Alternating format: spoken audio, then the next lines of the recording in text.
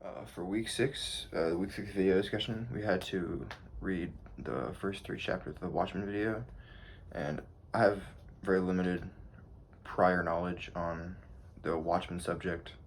I'm pretty sure I had a TV show a couple years ago that I thought about watching. I don't think I ever did, but I remember thinking commercials for on Hulu. So that's about all the knowledge I have of Watchmen, so I'm going into this pretty blind. But I did enjoy the comics of not the comics, what we've written so far. Not read, whatever word. What we've read so far in this, for this short amount of Watchmen of content I've consumed. I've not been opposed to it. Well, the first thing I want to talk about in the Watchmen universe is how like superheroes are outlawed.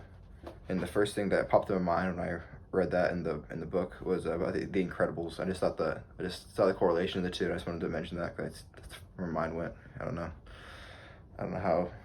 I'm pretty sure this was first, but yeah. And the two characters that also stuck out to me that were the most were Rorschach, because he's a borderline like a Batman character, but like instead of Batman being like rich and cool, he's like kind of just a weird loner dude. And no, I don't say the main character, but one of the main characters. Because he's one of the only superheroes who's allowed to use his powers because he's licensed by the government to use his powers. He's like a government agent. Is Dr. Manhattan, and he's just very powerful. He has the ability to control, see the future, all things, all time, and they're like controlled matter. So he's pretty much very powerful. The first question that we have to discuss for this video is in chapter 2 there's a riot scene. What do you think the reason for the riot is, and what do you think the spray painted letters "Who watches the Watchmen" stand for? Well, I can use the "Who watches the Watchmen" is the people are rioting because they want the Watchmen to have like accountability. They need accountability, and it's kind of because they were just working above the law without any repercussions to their actions. This is like another superhero movie that's more well known. This is pretty much like the whole plot of like the second half of there's a whole multiple Avenger movies that go based off this. Like the whole Captain America Civil War, it's basically what this whole movie is based off of, because the two sides, one of them wants to be able to be controlled by the government and the other wants to have free will. But that's a more common, well-known example of this kind of same ideology of superheroes being held accountable for their actions, even if they are trying to help people. They just need to have their actions be accountable.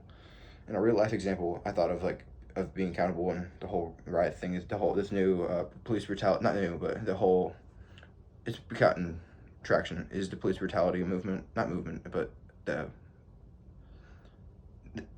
no, it's not the way to say it. The police brutalities that occurrences that have been happening more recently is because the cops need to be held accountable for their actions. So that's where the whole body cams have become more popular. But so governments are working on a way to keep cops accountable and same kind of principle as, not same idea as keeping the Watchmen accountable for their actions. Question number 2 asks, what is that makes John leave for Mars, and what are the reactions after he leaves?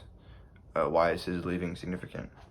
Well, the reason he leaves is because not a villain, but someone named Ozymandias creates propaganda about how Dr. Manhattan's powers cause cancer for everyone. So he leaves to go, and on top of that, his girlfriend, what's her name, Lori, breaks up with him to get with the Night Owl guy. So then he kind of just pieces out and goes to Mars after. And the reason why he also goes to Mars is because because the Cold War is happening this time, and people are scared of the Cold War, and we'll talk about this later in the end of this question. But people are scared, and one day I'll discuss it. But he could stop the Cold War because one thing I previously stated, he's very powerful and can solve problems, but he just doesn't really care for human life, just because he can see like eons and eons before and after of a human's lifetime, which is like 70 years or something like that. So he just doesn't care about human life. It's so meaningless to him, and the time, like a relative time scale. So that's why he doesn't care about that. And the people, okay, yeah, what are the reactions after he leaves? The people, now that he's gone, even though they were angry at him because he supposedly caused cancer, they kind of wanted him back because they didn't have anyone to protect him, and they want to protect her because people like to feel safe.